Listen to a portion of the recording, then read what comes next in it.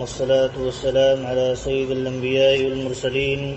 نبينا محمد وآله وصحبه أجمعين، أما بعد. أعوذ بالله من الشيطان الرجيم. واتقوا يوما لا تجزي نفس عن نفس شيئا ولا يقبل منها شفاعة ولا يؤخذ منها عدل ولا هم ينصرون. اور اے بنو اسرائیل، اس دن سے ڈرو جب کوئی کسی کے کام نہیں آ سکے گا اور نہ کوئی سفارش قبول کی جائے گی اور نہ کسی سے فدیہ لیا جائے گا، نہ ہی وہ مدد کیے جائیں گے۔ اللہ رب العالمین نے بنو اسرائیل کو جو مقام دیا ہے، جو مقام انہیں ان کے زمانے میں نوازا تھا کہ وہ اپنے زمانے میں سب سے افضل لوگ تھے، ان کے عہدے کو یاد دلانے کے بعد بات کی شروعات کی ہے، اور یہاں ایک چیز کی نصیحت کی ہے کہ اے بنو اسرائیل، اگر تم اللہ کے رسول پر ایمان نہیں لاتے تو یہاں دیکھو ایک نصیحت ہے تمہارے لیے، جو عقل مند کے لیے یہ نصیحت کافی ہے کہ ڈرو اس دن سے جس دن کوئی کسی کے کام نہیں آ سکے گا، کوئی کسی کی مدد نہیں کر سکے گا، اور نہ ہی کوئی کسی کی جگہ سزا بھگتے گا، ایسا نہیں ہو سکتا، اور نہ ہی وہاں کوئی سفارش کام آئے گی کہ فلاں پہنچے ہوئے ہیں، وہ سفارش کر دیں تو ہمارا بیڑا پار ہو جائے، ایسا بھی نہیں ہو سکتا، اور نہ ہی آپ کوئی فدیہ دے کر کے یا رشوت دے کر کے آپ اپنے آپ کو بچا سکتے ہو، اور نہ ہی کوئی آپ کو مدد مل سکتی ہے۔ تو اس دن سے ڈرو، اگر تم اللہ کے رسول پر ایمان نہیں لاتے تو اس دن سے ڈرو جس دن اللہ رب العالمین تمہاری گرفت کرے گا اور تمہیں کوئی بچانے والا نہیں ہوگا، اللہ رب العالمین کی عدالت میں تمہارا کوئی سپورٹ کرنے والا نہیں ہوگا۔ یہاں اللہ رب العالمین نے یہاں یہود کو نصیحت کی ہے، تنبیہ کی ہے۔ تو یہاں آپ دیکھیں بہت ساری چیزیں معلوم ہوتی ہیں۔ ایک تو یہ کہ یہود کو یہ گمان تھا، یہ ناز تھا، انہیں یہ غرور تھا، کہتے تھے ہماری نسلوں میں ہمارے باپ دادا انبیاء گزرے ہیں، اور ہمارے باپ داداؤں میں علماء بڑے بڑے نیکوکار لوگ گزرے ہیں، یہ ہمارے لیے سفارش کریں گے اور ان کی سفارش سے ہم نجات پالیں گے۔ آج ایسے ہی یہی نقطہ، یہی فکرہ ہمارے یہاں کچھ ایک طبقہ جو ہے ان کے یہاں بھی یہ پایا جاتا ہے کہ ہم نبی کی سفارش سے، فلاں ولی کی سفارش سے، فلاں قبر والے کی سفارش سے کیا ہے ہم نجات پالیں گے، بھلے کوئی عمل نہ کرے، ان کا یہ تقیہ ہے، اسی پر تقیہ کیے بیٹھے ہیں کہ ہم اس طرح سفارش کے ذریعہ ہم نجات پالیں گے۔ تو اللہ رب العالمین نے رد کیا ہے، ایسے سوچ کی تردید کی ہے، یہ صرف سفارش کام نہیں آئے گی اگر آپ کے ہاں ایمان نہیں ہے، آپ کے ہاں صحیح عقیدہ نہیں ہے، آپ کے ہاں صحیح عمل نہیں ہے، یہ ساری سفارشیں کام نہیں آئیں گی۔ تو اللہ رب العالمین نے یہاں وہی نصیحت کی ہے۔ یہودیوں کا بھی وہی عقیدہ تھا، ہمارے بڑے بڑے باپ دادا جو گزرے ہیں وہ کیا گزرے ہیں؟ انبیاء گزرے ہیں، صالحین میں سے گزرے ہیں، علماء گزرے ہیں بڑے بڑے، وہ ہماری سفارش کر دیں گے، ہم کامیاب ہو جائیں گے۔ تو سفارش کا جو نقطہ ہے، اس کو سمجھنے میں لوگوں کے ہاں جب گڑبڑی آتی ہے تو بدعملیوں پر قائم رہتے ہیں، اس کے باوجود بھی امید رکھتے ہیں کہ سفارش سے ہماری نجات ہو جائے گی۔ نہیں، یہ غلط نظریہ ہے۔ دیکھیے دنیا کے اندر اہل علم کہتے ہیں، دنیا کے اندر مجرم جو ہوتے ہیں، کرمنل جو ہوتے ہیں، وہ 4 طریقوں سے دنیا میں نجات پانے کی کوشش کرتے ہیں، اب وہ اوقات نجات بھی مل جاتی ہے۔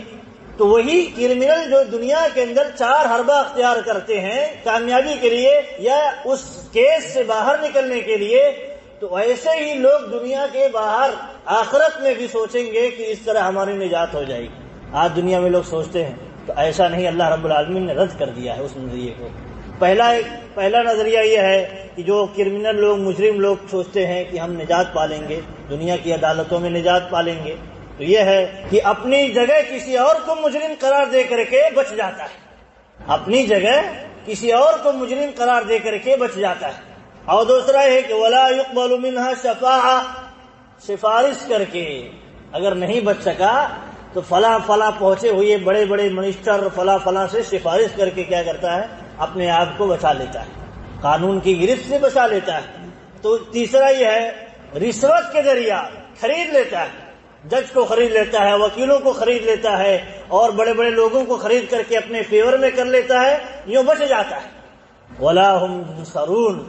یا بڑے بڑے لوگوں سے سپورٹ لے کر کے، منتریوں سے، پہنچے ہوئے لوگوں سے سپورٹ لے کر کے ان کے دباؤ کی وجہ سے بچ جاتا ہے۔ تو یہ 4 طریقے ہیں دنیا کے اندر جس سے مجرم اپنے آپ کو بچا لیتا ہے، بچانے کی کوشش کرتا ہے۔ تو ایسا ہی وہ مجرم دنیا کے اندر یہ حربیں اختیار کرتا ہے تو سوچتا ہے انہی حربوں کی بنیاد پر آخرت میں بھی کامیاب ہو جائیں گے، اللہ کی عدالت میں بھی کامیاب ہو جائیں گے۔ تو اللہ تعالیٰ نے کلیئر کر دیا ہے ایسا نہیں ہو سکتا ہے۔ یہاں دنیا کے لوگوں کو لا علمی کی بنیاد پر فائدہ اٹھا سکتے ہو، ان کو علم نہیں ہے، جانکاری نہیں ہے، ان تو ثبوتوں پر چلتے ہیں،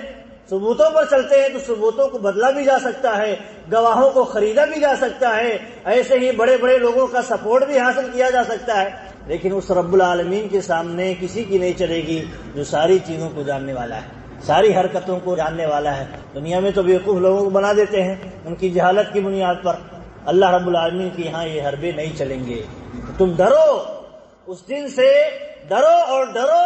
تو یہاں دنیا کے اندر اس کے مطابق تیاریاں کرو، ایمان لاؤ، اپنا عقیدہ صحیح کرو، اپنا عمل درست کرو، اسی پر تکیہ کیے نہ بیٹھے رہو۔ تو اللہ رب العالمین نے رد کی ہے۔ آپ دیکھیں یہاں بہت بنیادی چیز یہ ہے کہ اللہ رب العالمین نے ذکر کیا ہے کہ کوئی کسی کے کام نہیں آئے گا، کوئی کسی کے کام نہیں آئے گا آخرت میں، اور نہ ہی وہاں کوئی سفارش کام آئے گی۔ اللہ کے نبی صلی اللہ علیہ وسلم نے دیکھیے اپنے خاندان کے لوگوں سے جب اللہ رب العالمین نے کہا وَأَنذِرْ عَشِيرَتَكَ الْأَقْرَبِينَ، اپنے آس پاس کے لوگوں کو ڈراؤ، انہیں نصیحت کرو، دین کی دعوت دو، تو اللہ کے نبی صلی اللہ علیہ وسلم نے سب سے پہلے اپنے خاندان والوں کو اکٹھا کر کے نصیحت کی۔ وہ نصیحت یہ کی یا معشر قریش اشتروا انفسکم، اے قریش کے لوگوں اپنے لیے کچھ عمل کر کے جنت خرید لو، کچھ عمل کر کے اپنے لیے جنت خرید لو، جنت میں اپنی جگہ بنا لو۔ آگے کہا لا اغنی عنکم من اللہ شیئا، میں تمہیں بے نیاز نہیں کر سکوں گا، آخرت میں میں تمہارے کسی بھی کام نہیں آ سکوں گا۔ ایسے ہی اور بھی فردن اللہ کے نبی صلی اللہ علیہ وسلم نے لوگوں کو مخاطب کرتے ہوئے کہا کہ تم اپنے لیے تیاری کر لو، میں تمہارے کسی کام نہیں آ سکوں گا۔ اپنی بیٹی سے کہتے ہیں، فاطمہ بنت محمد سے کہتے ہیں کہ اے فاطمہ بنت محمد سلینی ما شئتی، مانگ لے جو تم مانگنا چاہتی ہے، دنیا میں مانگ لے، میں دنیا میں جو چاہتا ہوں، جو میرے ہاتھ میں ہے دے سکتا ہوں، دنیا میں جو میرے ہاتھ میں ہے دے سکتا ہوں، آخرت میں میرے ہاتھ کچھ نہیں ہوگا، میں تمہارے کسی کام نہیں آ سکوں گا۔ تو یہ اللہ کے رسول ہیں، کن کو کہہ رہے ہیں؟ اپنے خاص رشتے داروں کو کہہ رہے ہیں میں تمہارے کسی کام نہیں آ سکوں گا۔ آج یہ دو یہود ہیں جو کہتے ہیں ہمارے باپ دادا انبیاء گزرے ہیں، آج جو یہ ایک طبقہ ہمارے ہاں موجود ہے قبر پرستوں کا، پجاریوں کا، جو کہتا ہے کہ ہم سفارش سے کامیاب ہو جائیں گے، دامن پکڑ کے مچل جائیں گے، فلا چیزیں حوالہ دیتے ہیں، کیا کام آئے گا؟ اللہ کے نبی صلی اللہ علیہ وسلم اپنے رشتے داروں کو کہتے ہیں، خاص رشتے داروں کہتے ہیں میں تمہارے کسی کام نہیں آ سکوں گا۔ تو کیا ہے؟ ایمان درست کرنے کی ضرورت ہے، عمل درست کرنے کی ضرورت ہے، اس کے بغیر کسی کی سفارش کام نہیں آئے گی۔ اللہ رب العالمین نے دیکھیے قرآن کے اندر کہا ہے جو جہاں کی سفارش وہاں کام نہیں آئے گی، تو کافروں کے بارے میں کہا ہے، ان کے بارے میں کہا ہے جو شرک پر موت آ گئی، شرک پر مر گئے۔ لیکن ایک طبقہ ایسا ہے جن کے متعلق کہا گیا ہے کہ ان کے متعلق سفارش کی جائے گی اور اللہ رب العالمین چاہے گا تو ان کی سفارش قبول کرے گا۔ وہ کیا ہے؟ مومنوں کے حق میں ہے، جو ایمان کی حالت میں صحیح دین پر قائم رہتے ہوئے زندگی گزارے ہوں گے،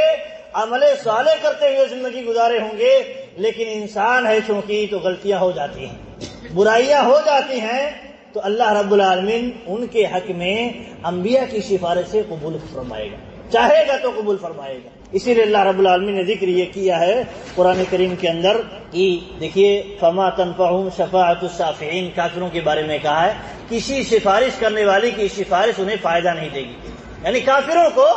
مشرکوں کو جو شرک پر مر گئے ہیں، شرک کرتے ہوئے، قبر والوں کو پوجتے ہوئے مر گئے، غیر اللہ کو پوجتے ہوئے مر گئے ہیں، ان کو کسی سفارش کرنے والی کی سفارش قبول نہیں کی جائے گی، کوئی بڑے سے بڑا سفارش کرے گا تو بھی قبول نہیں کی جائے گی۔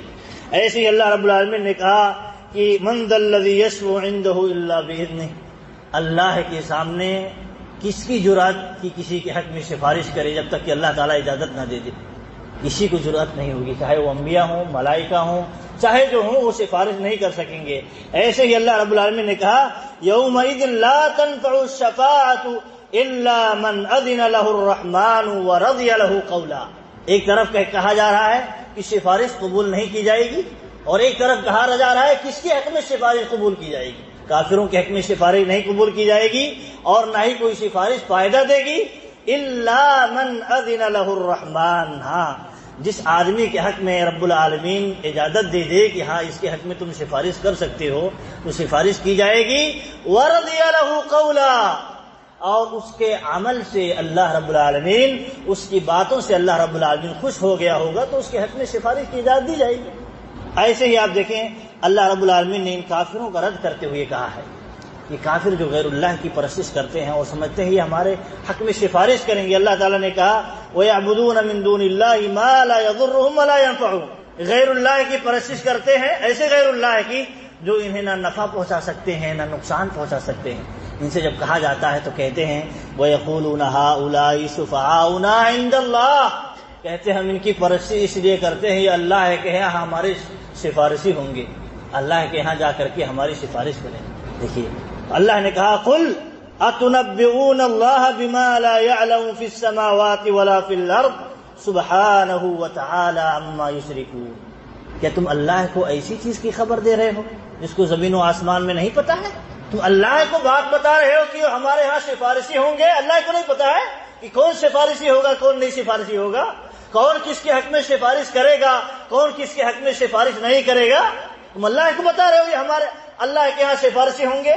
اللہ کو نہ بتاؤ، اللہ کو پتا ہے کون سفارشی ہوگا کون نہیں سفارشی ہوگا، تم اپنی فکر کرو۔ سبحانہ وتعالی عما یشرکون، اللہ تعالیٰ پاک ہے جو یہ چیزیں شرک کرتے ہیں، اللہ تعالیٰ اسی چیزوں سے پاک ہے۔ تو ان لوگوں کا کیا نکتہ تھا کہ غیر اللہ کی پرستش اس لیے کرتے ہیں یہ اللہ کے ہاں سفارشی بنیں گے اور ہمارا بیڑا پار ہو جائے گا۔ اللہ تعالیٰ نے کہا نہیں ایسا نہیں چلے گا، اللہ نے ان کو سفارشی بنایا ہی نہیں، کیسے تم اس کو اپنا سفارشی بناتے ہو؟ اللہ تعالیٰ نے نہیں بنایا، ان کی سفارش اللہ تعالیٰ قبول نہیں کرے گا۔ اللہ تعالیٰ کی عبادت کرو اخلاص کے ساتھ، توحید کے ساتھ، عمل صالح کرو تو اللہ تعالیٰ جو چاہے گا تو تمہارے گناہوں کو کسی کی سفارش کی بنیاد پر، انبیاء کی سفارش کی بنیاد پر، نیک لوگوں کی سفارش کی بنیاد پر معاف کر دے گا۔ لیکن اگر تمہارا عقیدہ ہی خراب رہا، تمہارا عمل ہی خراب رہا، اللہ تعالیٰ تمہارے سے راضی نہیں رہا، اللہ تعالیٰ میں کسی کی سفارش نہیں قبول کرے گا۔ تو یہ چیز ہے، بہت بڑا نقطہ یہاں یہ ہے کہ آپ دیکھیں یہود کا جو نقطہ تھا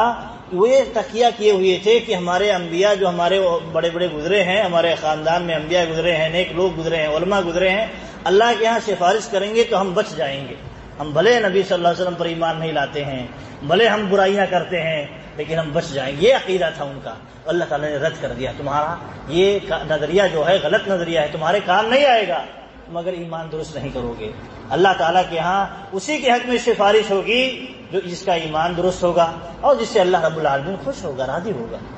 ورنہ اللہ